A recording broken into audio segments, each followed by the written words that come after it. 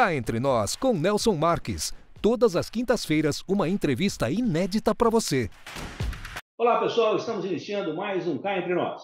Todas as quintas-feiras, às 20 horas, o nosso encontro marcado aqui semanalmente, sempre com uma entrevista inédita, sugerida por você que nos segue nas redes sociais e que também envia seu e-mail, sugerindo as pautas a serem tratadas aqui semanalmente. O tema de hoje foi sugerido pelo nosso amigo e seguidor Maurício Duarte, de Campinas. Façam como ele, continuem sugerindo os temas, o seu nome vai estar aqui nos nossos agradecimentos. Se você ainda não se inscreveu no canal, por favor, inscreva-se, ative o sininho para receber as nossas notificações, aproveita que você está por aí, dá aquele like e, é claro, divulgue, comentem os nossos vídeos em suas redes sociais e também nos seus grupos de WhatsApp. Olha só, o tema a ser tratado hoje no nosso programa, sugerido pelo Maurício, vai ser fisioterapia no envelhecimento saudável. Solta a vinheta.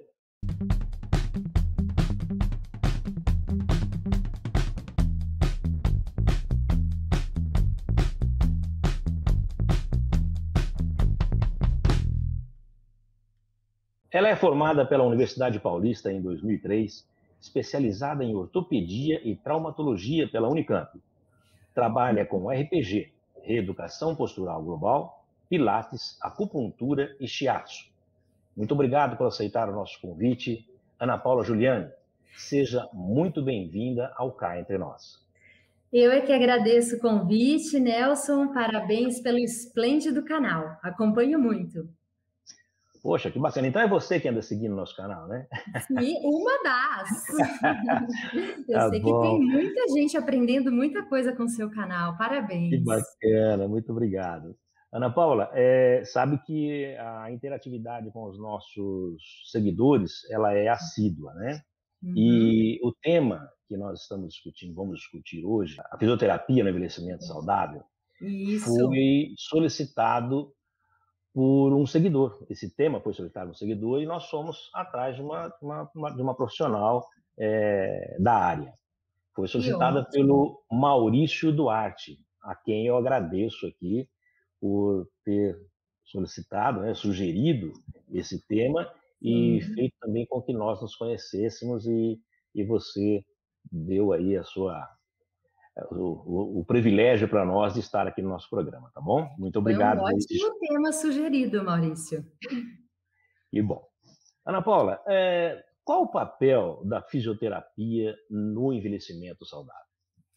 A fisioterapia, Nelson, ajuda aquela avó a sentar no tapete da sua sala com os seus netos para brincar e conseguir se levantar com independência. Ajuda aquele avô a ir a um supermercado ou a um banco com menos riscos de quedas, com o corpo mais preparado, sem sentir muitas dores.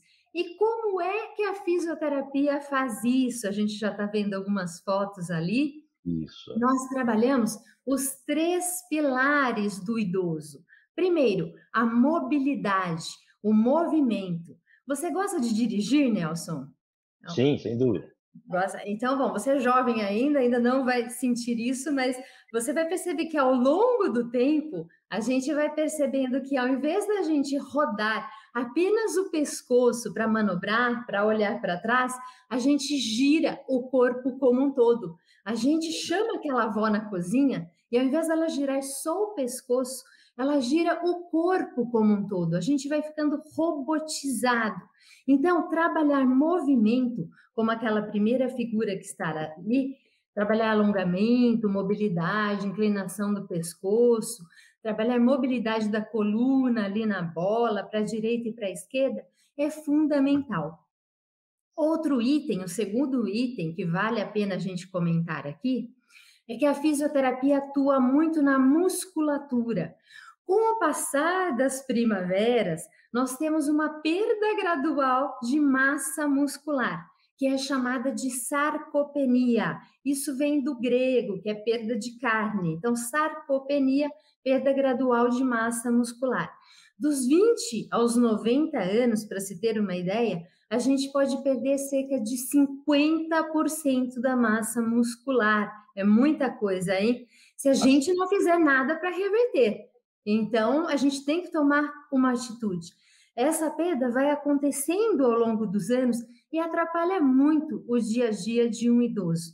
Então, cá entre nós, Nelson, todo mundo, vamos levantar da cadeira e vamos fazer exercício. E um terceiro item, e não menos importante, é estimular o equilíbrio para ajudar a evitar quedas, a evitar acidentes domésticos, evitar fraturas, algumas com algumas complicações.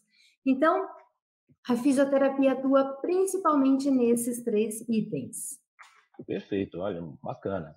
E me diga o seguinte, Ana Paula, que atividade física um idoso deve fazer para retardar esse envelhecimento natural? A atividade que se enquadrar melhor a sua rotina e que esse idoso goste do exercício escolhido. Porque cá entre nós, Nelson, já gostando, é difícil ter disciplina para fazer. Se ele não gostar, então esquece. Então, dançar, e pode ser dançar em casa, caminhar, fazer pilates, uma musculação, yoga, natação, pedalar, tai chi chuan, que trabalha bastante o equilíbrio, uma hidroginástica. É lógico que você tem que ter um plano. Uma pessoa que está sedentária há 20 anos e quer correr 10 quilômetros, não dá. Tem que se preparar, usar a racionalidade.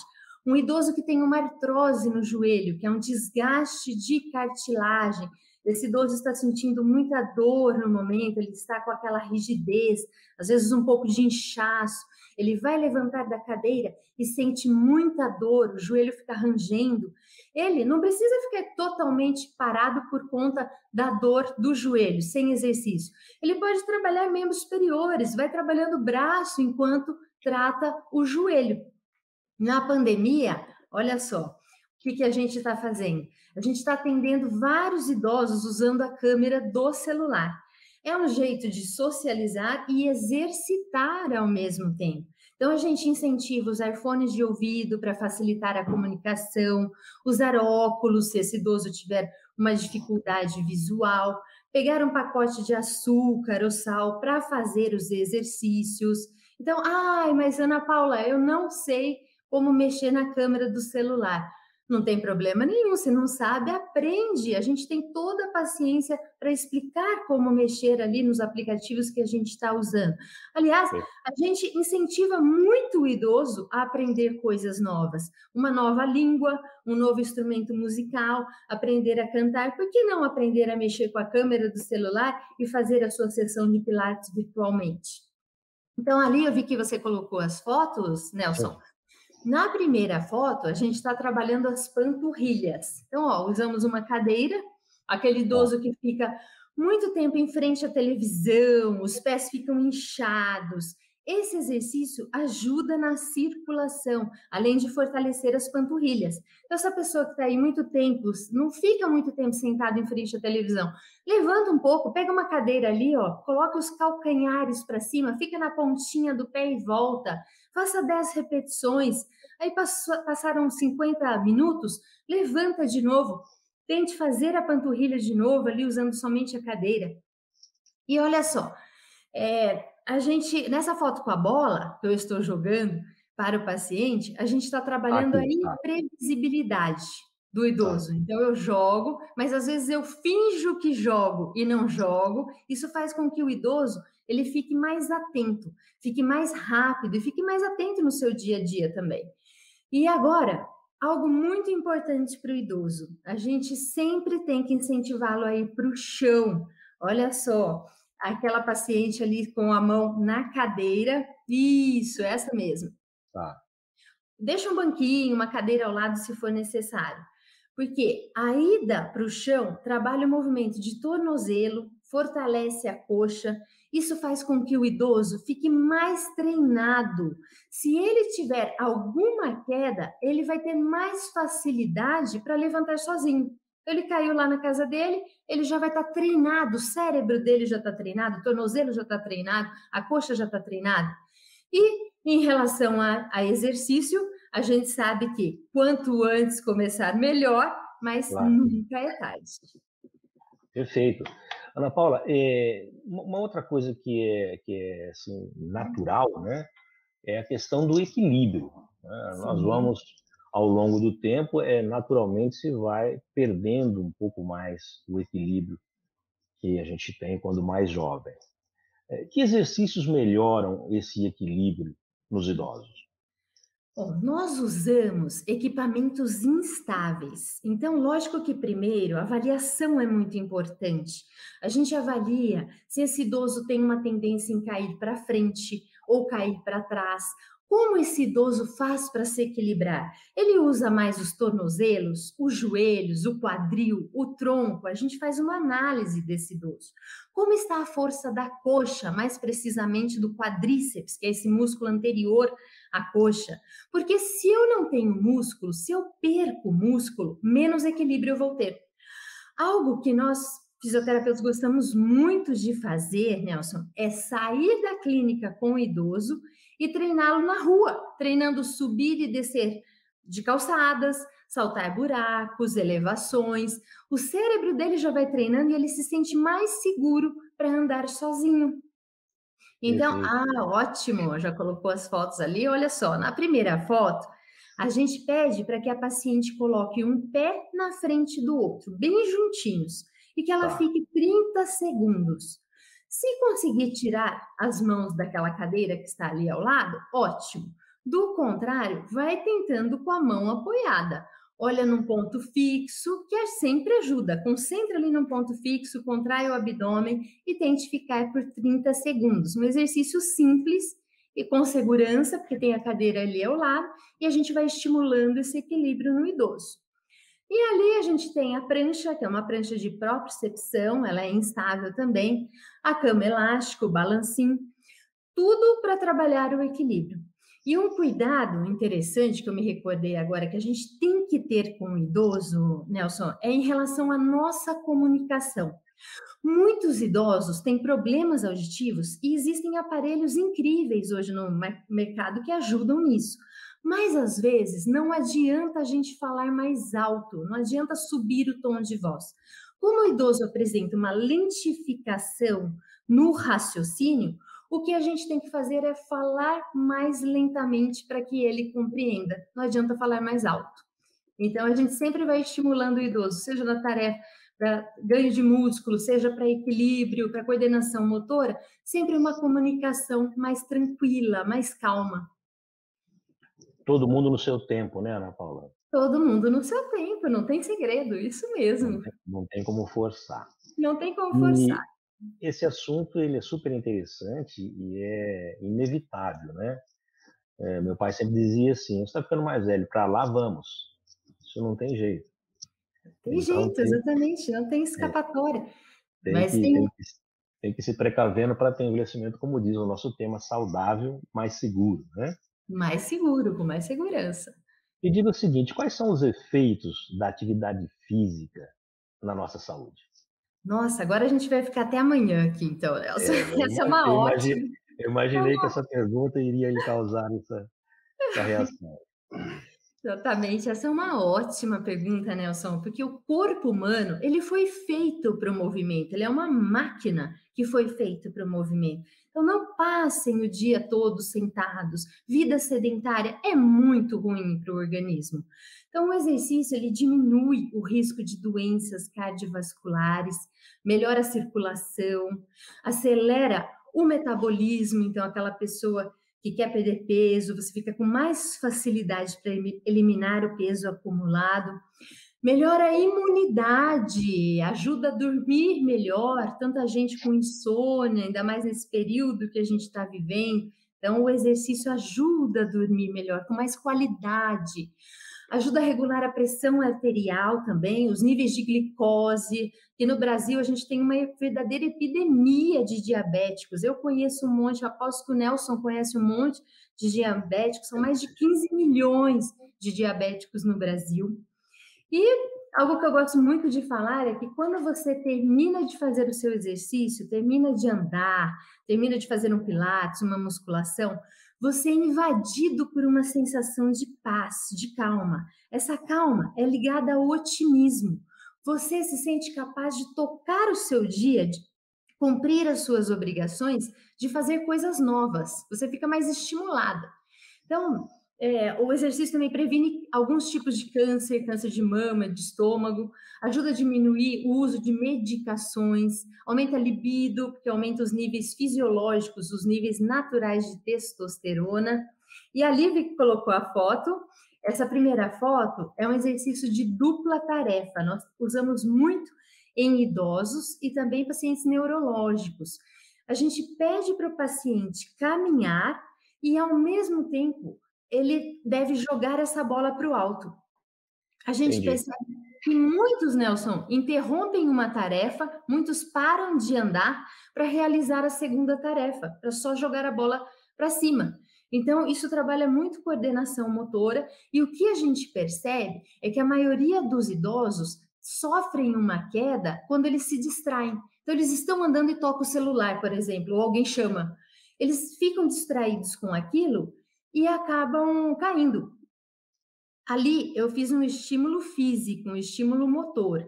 Eu poderia também estar estimulando esta idosa fazendo perguntas. Então, tira a bola de cena, ela vai caminhar pela clínica e eu vou dar um estímulo. Que dia é hoje? Ah, que ano nós estamos? Ah, viu alguma reportagem? Ah, assistiu algum assunto lá no Cá Entre Nós com o Nelson? Então, eu vou puxando conversa com ela, para que ela, ao mesmo tempo, ela faz um estímulo físico e, ao mesmo tempo, trabalho cognitivo, trabalho o raciocínio.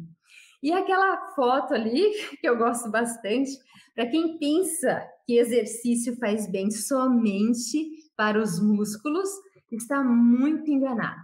O exercício é exercício do cérebro também, a gente fica mais atento. Para você ter uma ideia, Albert Einstein, os grandes gênios, Nietzsche, Rousseau, eles faziam caminhadas quando eles estavam procurando uma inspiração. Então, levanta da cadeira e vamos todo mundo fazer exercício, hein, Nelson? Verdade, não tem como, né? As Não dicas tem como estão aí separar. e demonstradas, inclusive.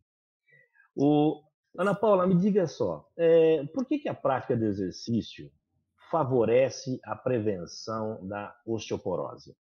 Muito bom, muito boa pergunta. O exercício com resistência, com carga, como um pilates, uma musculação, o subir ladeiras, por exemplo, estimula a massa muscular. E essa massa muscular vai fazer uma tensão saudável aqui no osso, estimulando o ganho de massa óssea. O osso fica mais forte. Então, lembrando que osteoporose significa osso poroso. Os ossos ficam mais frágeis. É uma doença silenciosa, então, às vezes, ao abraçar alguém, a pessoa pode ter uma fratura. Então, mas é uma doença que tem prevenção e que tem tratamento. Então, o que é importante nessa doença? Estímulo físico com carga, dieta equilibrada, vitamina D. Então, exposição solar, mas tem jeito certo para ter essa exposição solar, não é torrar no sol. A exposição solar, você pode ter de 5 a 15 minutos, entre as 11 e 15 horas, de 2 a 3 vezes por semana. Já é suficiente para a produção de vitamina D no corpo. E a área corporal necessária, Nelson, é pequena, às vezes um braço, meia perna. A gente tem que evitar o exagero também, porque o câncer de pele está aí. E quem for suplementar a vitamina D, procure sempre um médico para fazer isso, porque o excesso também pode ser prejudicial. Não se automedique, procure sempre um médico para fazer isso. E ali já vi que colocou as fotos. A primeira foto, então, mostra o fortalecimento da musculatura dos ombros, usando pezinhos de 2 quilos. A posição, assim, da mão em que ele está fazendo o exercício traz mais conforto para o ombro. Ele fica posicionado melhor para fazer aquele exercício e a gente também vai dando alguns comandos verbais. A gente pede para ele acertar a postura, para ele relaxar os ombros. Está todo mundo tensionando esses ombros, elevando os ombros em direção às orelhas. Relaxe os ombros para fazer o exercício. Respire fundo. Ali já o segundo exercício, a segunda foto, isso, está mostrando que eu estou usando 1 litro de óleo para poder fazer o exercício. Então, a paciente segura com as 2 mãos e ela eleva esse litro de óleo para cima, ao mesmo tempo ela ativa a musculatura que protege as costelas. Então, sempre também, a hora que sobe, inspira, a hora que desce, expira. Olha que exercício fácil, dá para fazer em casa também, usando apenas 1 litro de óleo.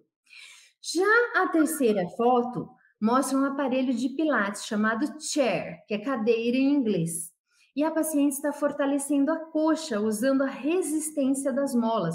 Eu tenho até aqui, Nelson, deixa eu ver se eu vou conseguir mostrar, uma mola do pilates para demonstrar. Espera um pouquinho que eu vou colocar em evidência. Vamos ver se eu consigo colocar isso mais. Lógico. Aí. Isso. Opa. Então, ó, isso aqui é uma mola. Então, os aparelhos, eles são constituídos dessas molas que representam uma carga para fazer o exercício. Está difícil aqui para eu puxá-la e está difícil para eu voltar sem fazer força. Então, isso representa a carga da mola do Pilates, o que ajuda muito na prevenção e até no tratamento da osteoporose. Perfeito. E a última foto é um treino de agachamento, também de forma simples, ali usando só uma cadeira. Treinar o idoso sentar e levantar de uma cadeira e, ao mesmo tempo, fortalecendo a musculatura que protege o fêmur, o maior osso que a gente tem ali na coxa.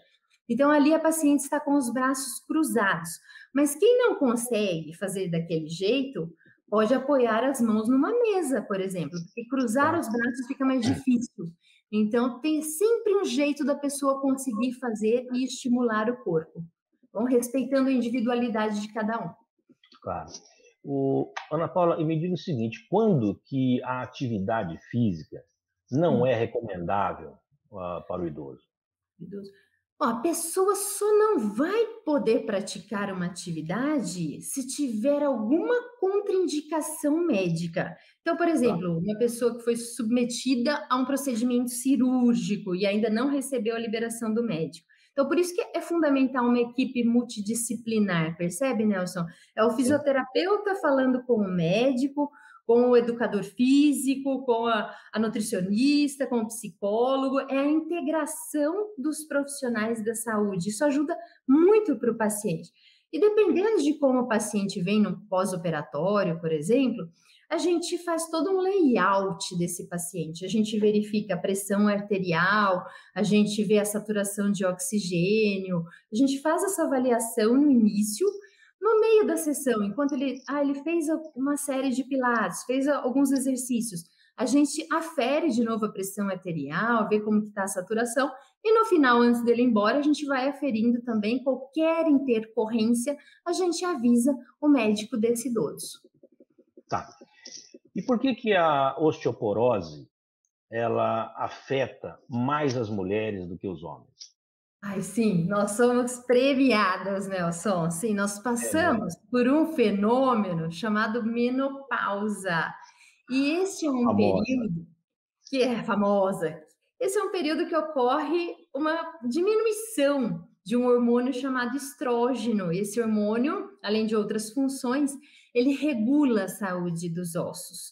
Então, para você ter uma ideia, 1 a cada 4 mulheres acima de 50 anos tem osteoporose.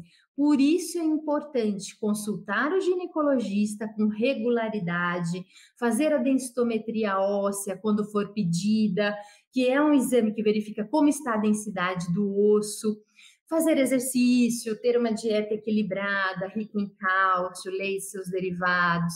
Se for intolerante à lactose, procure uma nutricionista, ela vai saber passar uma alimentação rica em cálcio, rica em vegetais verdes escuros, como espinafre, couve, ela vai te dar uma orientação a respeito disso. Legal. E a osteoporose, ainda falando dela, ela afeta apenas idosos ou a qualquer pessoa? Não, não, ela pode afetar jovens e adultos também. Então, quais são os fatores de risco? Existe um componente genético, claro, mas assim, pode ser um fator hormonal, um fator renal. Alguns remédios podem desencadear, como remédios da tireoide, anticonvulsionantes, um distúrbio alimentar, uma anorexia nervosa, por exemplo, a doença celíaca, que é aquela intolerância ao glúten. Então, mas agora, ó, tem uma coisa importante aqui para eu falar. Vamos aproveitar que a gente está vivendo numa pandemia, que muita gente está trabalhando em home office, porque cá entre nós a gente está vivendo numa verdadeira era tecnológica. Por isso eu mandei essa foto, Nelson, Sem dúvida, percebi. percebeu? Os jovens não estão tomando sol, então eles estão muito tempo dentro de casa, trabalhando com seus computadores, e eles ficam com carência de vitamina D, o que propicia o enfraquecimento dos ossos. Então, já que eu coloquei essa foto, vamos passar algumas dicas de ergonomia agora, Nelson? Vamos Podemos lá. aproveitar aqui? Então, Claro. tá bom. Já que muita gente está trabalhando nesses últimos tempos, e parece que veio para ficar, né? Não é só agora na pandemia, não. Muita gente vai continuar trabalhando em casa. Então, na primeira foto, olha só, a gente vê que a postura dele está muito ruim. A cabeça está muito para baixo, os cotovelos não estão apoiados, os pés, eles também não estão totalmente apoiados no chão, só a parte da frente do pé que está apoiada. O punho dele também ali está gerando uma série de sobrecarga. Então, a posição ali tá, o monitor está muito baixo. Então, essa foto não está legal. É lógico que a gente não é robô e que em algum momento a gente vai dar uma relaxada, a gente vai curvar a nossa coluna, a gente vai apoiar assim a mão no queixo. Ó. É normal do ser humano e é até bom, porque mudanças de posições são benéficas para o nosso corpo. O que não pode é ficar muito tempo numa única posição. Agora, se a gente puder dar algumas dicas ali para a primeira foto, a gente faz algumas correções que tiram sobrecargas. Então, primeiro, o monitor, ele deve ficar na altura dos olhos. Então, você pode colocar um livro ou vários livros até dar a altura. Os cotovelos, eles ficam a 90 graus e o antebraço sempre apoiado. Ele poderia usar o apoio de braços da própria mesa ali para apoiar os antebraços. Então, ele podia usar a própria mesa para deixar o antebraço dele posicionado, se ele não tivesse apoiado na cadeira, percebe? Uhum. Isso, é isso mesmo. Bom, outra dica também é em relação à coluna. A coluna, o ângulo ali entre a coxa, isso, e o tronco, ele deve ficar entre 100 e 110 graus. Isso gera uma menor pressão nos discos da coluna. Nunca fica 90 graus. Isso. Bom, em relação ao apoio de pés, quem tem mais de 1,70 m geralmente não usa aquele apoio para colocar os pés. Mas quem é mais baixo pode usar um caixote, por exemplo, um tijolo, algum apoio ali, pode ser de madeira, coisa simples. Por quê? O joelho deve ficar a 90 graus também. E o mais importante de tudo é realizar alongamentos a cada 50 minutos, não ficar numa única posição, levantar, vai tomar uma água, vai se exercitar um pouco, relaxa um pouco a cabeça, para depois você continuar com o seu trabalho. Eu tinha colocado na foto também um mouse e um teclado mais ergonômico, certo, Nelson? Vamos Então, mostrar aqui, peraí. isso, por favor, por gentileza. Isso, eles são um pouco mais caros, mas assim, ele é um tipo de teclado que ele evita o desvio lateral do punho, porque a gente mais digita a letra A. Então, ele é um teclado adaptado e aquele mouse também ele é bastante ergonômico, sem gerar muita sobrecarga no punho e no antebraço. Então, ficam algumas dicas aí em relação a esse setor também que está tão em alta. Tranquilo. Ana Paula, nós podemos falar um pouquinho sobre Pilates, né? Podemos. Diga para nós qual é a origem do Pilates. Bom, o alemão que criou o método, Joseph Pilates, ele nasceu no dia 9 de 12 de 1883. ele foi muito pobre. A mesma água que a mãe usava para lavar a roupa era a água que dava banho nos filhos. Ele foi uma criança muito doente. Ele sofria de raquitismo, asma, problemas reumáticos e sofria muito bullying na escola por conta do seu nome. Todo mundo tirava sarro do nome dele porque era muito parecido com Pilatos, o traidor de Jesus na época. Mas ele não deixava se abater, não. Ele era uma pessoa muito determinada e ele queria fortalecer o seu corpo. Ele falou: não, não é porque eu tenho raquitismo, que eu tenho esses problemas reumáticos, que eu vou deixar me abater. Então ele lutou boxe, ele fez artes marciais, ele foi uma pessoa muito ativa. Na Primeira Guerra Mundial, ele está na Inglaterra e ele foi exilado numa ilha. Mas era uma ilha com campeonato esportivo, tinha biblioteca, e aconteceu algo muito parecido com o que a gente está vivendo agora. Veio a gripe espanhola, que matou muita gente. Mas cerca de 8.000 pessoas que estavam lá na ilha com o Joseph Pilates não morreram. Na época, eles até atribuíram o fato do não falecimento ao exercício que eles estavam fazendo nessa ilha. E hoje a gente sabe mesmo que o exercício ele ajuda na imunidade. A gente sabe o quanto faz bem para a saúde. Aí, terminada a guerra, ele vai para Nova York e abre o seu estúdio e começa a trabalhar com Pilates. Algo assim que me emociona muito na história de Pilates, eu acho que até mandei uma foto dele, Nelson. Vou colocar. Ah, isso, obrigada. Isso, só para o pessoal ter uma ideia, que aos 84 anos ele sempre em forma, sempre muito determinado, sempre fazendo muito exercício. E algo que me emociona muito na história de Pilates foi o caso de uma bailarina chamada Eva Grant. No auge da sua carreira, ela descobriu um câncer de mama e ela precisou fazer uma mastectomia, ela precisou retirar as mamas. E isso gerou muita tristeza. Ela falou: nossa, agora é o fim da minha carreira. Quando ela já estava desiludida, pensando que era o fim, ela faz um trabalho de reabilitação com esse alemão, com o Joseph Pilates, e consegue voltar aos palcos. O maior sonho de Joseph Pilates era que todos os hospitais tivessem um estúdio para reabilitar os pacientes. Então é muito interessante isso. E naquela foto ali, aquele aparelho que está logo abaixo das fotos dele, é a chair, que é a cadeira. Foi o primeiro, isso para baixo, isso. Foi o primeiro aparelho que ele criou. Isso, esse mesmo. E ele dizia o seguinte, que mesmo uma pessoa que está assistindo uma televisão, lendo um livro, por exemplo, pode se exercitar. Não tem desculpa para ficar parado. Mesmo a pessoa que está ali, senta na cadeira e vai exercitando as pernas, tem exercício para os braços, tem exercício para o corpo todo. Bem interessante a história dele, né, Nelson? Muito bacana. É aquilo que a gente estava comentando aqui, né? Além das explicações, tem uma aula aí com você. Bacana. Que bom! Ana Paula, me diga o seguinte, deixa eu aproveitar um pouco mais sobre o Pilates. O Pilates, ele é só alongamento? Não. Ele trabalha alongamento, o que ajuda a prevenir distensões, rupturas musculares, trabalha o fortalecimento da musculatura, ó, que a gente tanto procura não perder, trabalha flexibilidade. Então, como que a gente analisa um paciente que vai ao Pilates? Por exemplo, é uma pessoa que joga tênis, que gosta muito de jogar tênis.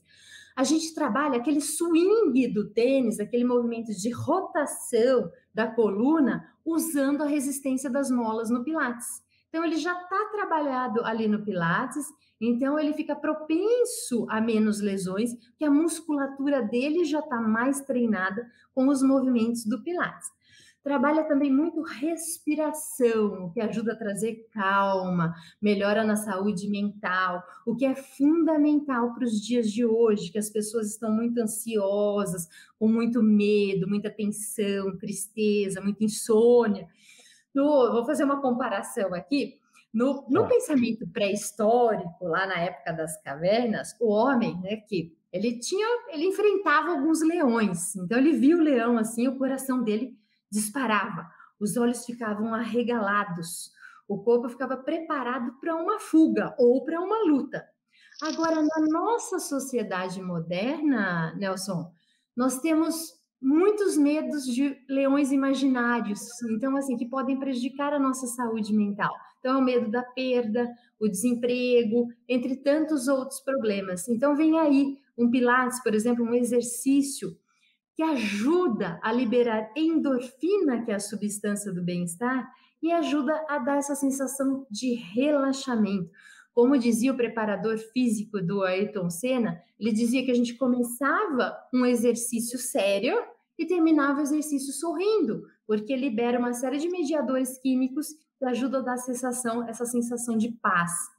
E a Vicky colocou algumas fotos ali, alongando, trabalhando bem esse alongamento de peitoral, a gente que fica muito tempo em computador, muito tempo com o celular, isso ali na bola, aquela fotografia ali, retrata bem o que a gente faz com pessoas com hipercifose, que é aquela pessoa curvada para frente.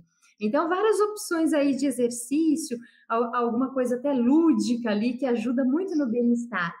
E algo também que eu gosto muito, que eu percebo que a pessoa, quando começa a fazer o Pilates, é uma melhora na autoestima. Então, aquela pessoa que chega com a postura curvada, introvertida, conforme ela vai fazendo o Pilates, o corpo vai ficando mais ereto, a autoestima vai melhorando, a pessoa vai se cuidando, vai se amando mais. Como diz Lacan, que é um psicanalista francês, o que o ser humano mais quer na vida é ser desejado por alguém. Então, o desejo de ser cuidado, de ser objeto de medo de perda do outro. E a gente se amando, Nelson, fica muito mais fácil de conseguir isso. Não é reclamando, não. Reclamando a gente já faz com as pessoas. Então, vamos parar de reclamar e vamos exercitar. Não resta dúvida. E ainda se falando de Pilates, o Pilates emagrece? Quantas vezes, assim, na semana é o ideal para se fazer o Pilates? Assim, Pilates pode ajudar a emagrecer porque ele tem um determinado gasto calórico, mas Pilates é uma pecinha ali do quebra-cabeça. Para emagrecer, a gente precisa de exercício, precisa ter uma alimentação equilibrada, boas noites de sono, porque regula os níveis de hormônios relacionados com a fome, com a saciedade, que é a leptina. Então, ter hábitos saudáveis, o conjunto é que a gente consegue fazer com que a pessoa emagreça. Então, depende muito mais dela do que o conjunto de obras que ela vai colocar na vida dela. E o que eu percebo muito hoje em dia é que as pessoas querem ser emagrecidas, mas para emagrecer, não é verdade? Precisa partir dela, ela precisa ser determinada, aí, como Joseph Pilates, para conseguir conquistar as coisas. E o que você me perguntou sobre a frequência. Isso. Se a pessoa já faz uma atividade, então já faz uma musculação com uma certa regularidade, já faz uma hidroginástica, a gente indica 1 ou 2 vezes por semana do Pilates. Agora, se a pessoa está totalmente sedentária, a gente indica pelo menos 2 a 3 vezes por semana para ter um resultado. E também, nada contraindica da pessoa fazer todos os dias, porque um dia a gente trabalha mais os braços, outro dia a gente trabalha mais as pernas, prevenindo fraqueza, outro dia a gente trabalha mais postura, respiração, reabilitação. Então, a gente vai variando um pouco nas técnicas que a gente vai usando. Tá. E como o Pilates funciona especificamente para a terceira idade? O Pilates, Nelson, ele é um grande aliado para aqueles que querem chegar nos seus 90, nos seus 100 anos com mais vigor, com mais disposição. E por que eu digo isso? Porque o Pilates ele trabalha massa muscular, que é tão importante para trazer funcionalidade ao idoso, para ele agachar, para ele subir uma ladeira, para ele pegar as coisas do armário. Então, ele precisa de músculo. Qual a função do músculo? É fazer a gente se movimentar. Se ele perde músculo, ele não vai conseguir fazer as atividades do dia a dia dele. O Pilates também trabalha flexibilidade. Então, às vezes, aquele idoso quer alcançar as coisas, ali pegar um shampoo, por exemplo, para tomar banho. Isso, olha, vi que colocou fotos, muito bom. Sim. Olha quantos exemplos de exercícios ali que a gente pode trabalhar com o idoso. Trabalha postura. Todo idoso vai ter uma instabilidade postural devido à fraqueza muscular. Então, a gente fortalece muito a musculatura das costas no idoso. Aquelas mulheres também que apresentam os escapes de xixi ao tossir, ao espirrar, Pilates trabalha a musculatura do assoalho pélvico e isso ajuda a prevenir a incontinência urinária. E até um bônus aí, ajuda também na libido sexual. Trabalha muito a coordenação motora que um idoso precisa para dirigir um carro. Então, ele é bastante estimulado nas sessões de Pilates através com exercícios de coordenação motora. Trabalha o fortalecimento para ele andar melhor, para ele levantar e sentar de uma cadeira, de um sofá, amarrar um sapato, subir e descer escadas com mais segurança. E o método traz muito alívio de dor, aquela dor de artrose, que é o desgaste na articulação, a pessoa percebe que o joelho fica rangendo. Então, com o Pilates, o músculo fica mais preparado, a gente ajuda a tirar a sobrecarga da articulação. Mentalize um prédio, Nelson, de muitos andares. Se as estruturas lá de cima não estiverem muito bem construídas, muito bem feitas, quem está lá embaixo vai sofrer. Então, se a minha coxa, se o glúteo não estiver muito bem trabalhado, quem vai sofrer é o joelho. Então, por isso que é importante a gente cuidar da musculatura para proteger as nossas articulações. Em relação, mais uma vez, à saúde mental, que está tão em alta, então, às vezes, trabalha muito a saúde mental, ele chega lá, ele dá risada, ele gosta, ele se diverte. Às vezes, o idoso está com uma depressão, Nelson, e a família nem percebe. Por quê? Porque tem que ficar muito de olho no idoso com depressão, porque os sintomas, isolamento, todo mundo pensa que é um sintoma natural. Fala assim, não, ele se isola mais, ele está mais quieto, ele não está ouvindo direito, então ele não participa muito da conversa por conta disso. Então, assim, um alerta que eu faço aqui, se o idoso está com dificuldade para dormir, é aquela luta, ele não quer ir para a cama, ele acorda 3 horas da manhã e não quer dormir mais, ou ele está dormindo mais do que ele costumava dormir, ele está mais calado. Se isso estiver acontecendo com uma certa frequência, o que eu sugiro realmente é procurar um médico para cuidar dessa saúde mental desse idoso. Perfeito. Fico alerta aí. Ana Paula, e quais os maiores cuidados que nós devemos ter ao fazer o Pilates? Ao fazer o Pilates? Bom, primeiro assim, quando você for procurar por um fisioterapeuta, procure sempre um fisioterapeuta credenciado ao CREFIT, que é o Conselho Regional de Fisioterapia e Terapia Ocupacional. Então, pegue informações desse profissional ali. Em relação a fazer a sessão, o paciente ele deve ter muito cuidado com a vestimenta. Às vezes, um idoso, por exemplo, ele chega com uma calça muito comprida e isso favorece as quedas, ele pode tropeçar ali entre os aparelhos. Tem umas meinhas antiderrapantes que a gente também aconselha as pessoas levarem para a sessão de Pilates, elas são específicas para Pilates ou para hidroginástica. E eu também enviei, já que eu agora me lembrei de algumas dicas e cuidados sobre quedas, eu enviei uma foto, Nelson, poderia colocar por gentileza? Isso mesmo. Essas fotos são alguns cuidados que a gente pode ter em casa. Então, colocar barras de segurança no banheiro podem fazer toda a diferença, porque a gente atende bastante gente com queda na hora do banho.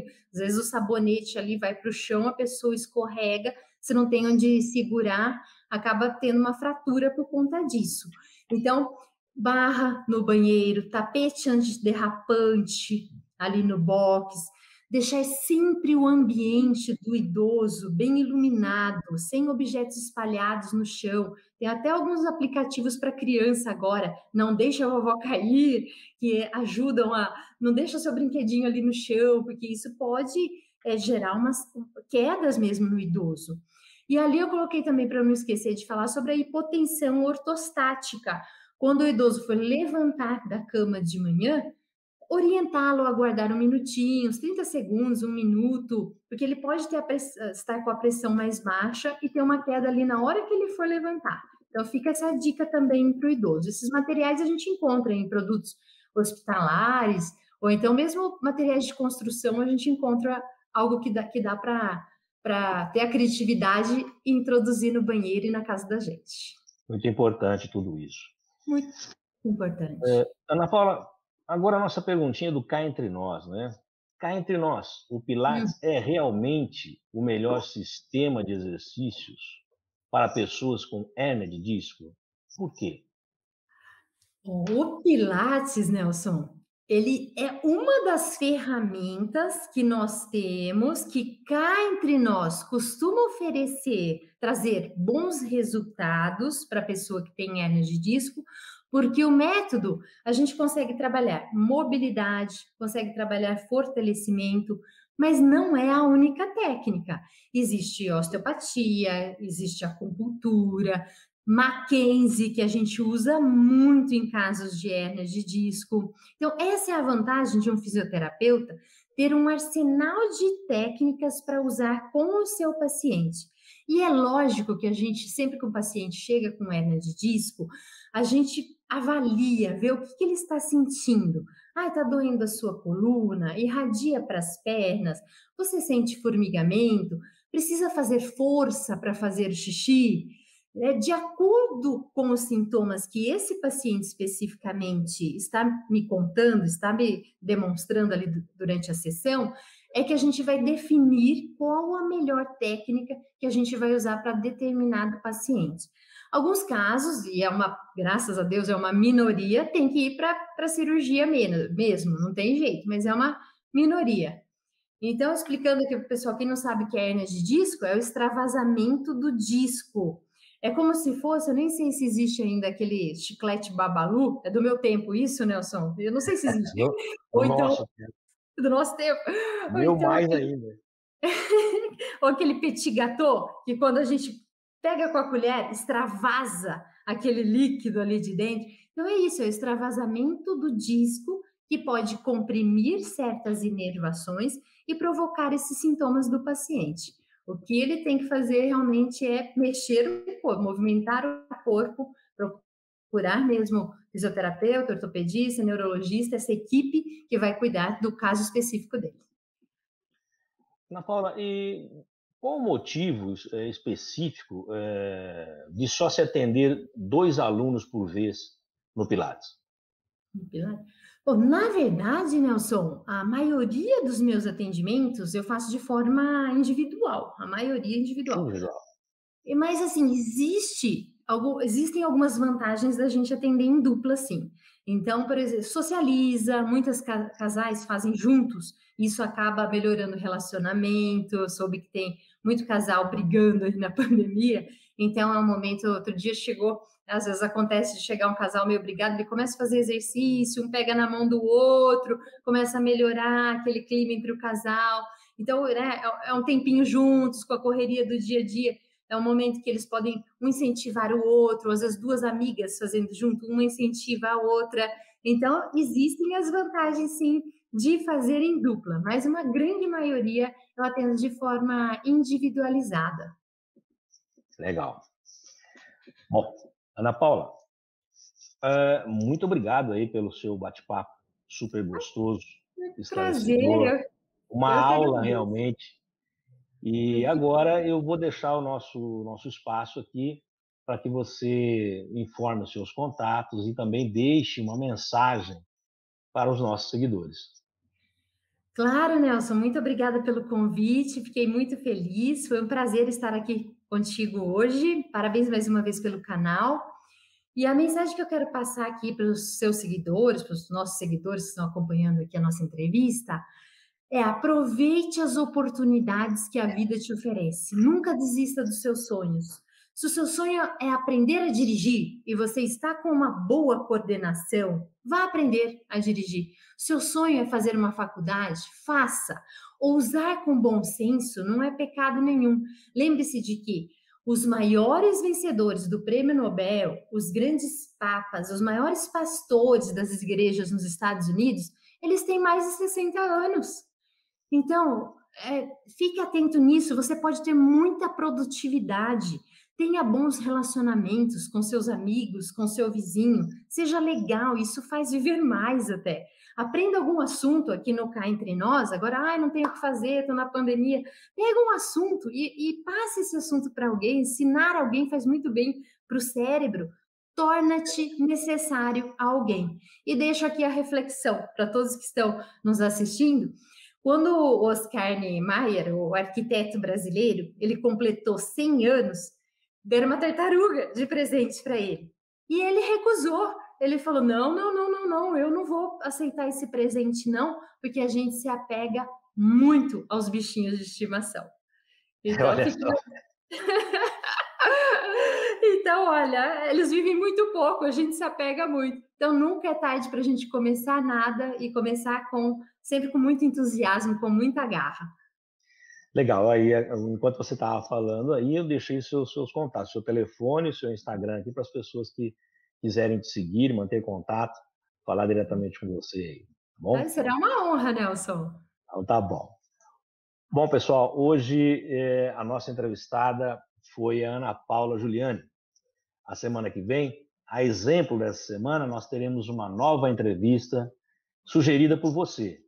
A de hoje foi sugerida pelo nosso amigo e seguidor Maurício Duarte, a quem eu agradeço.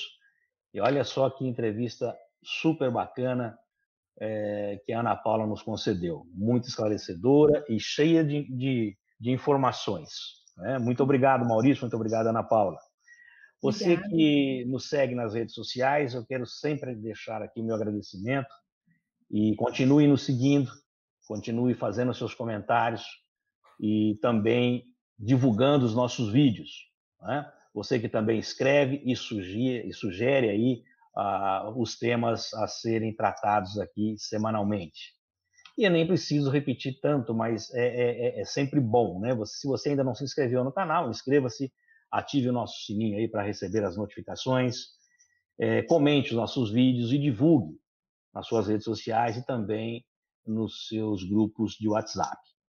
Ana Paula, mais uma vez, nosso muito obrigado por ter aceitado o nosso convite. Tenho a certeza que foi uma entrevista muito, muito, muito bacana mesmo, muito esclarecedora.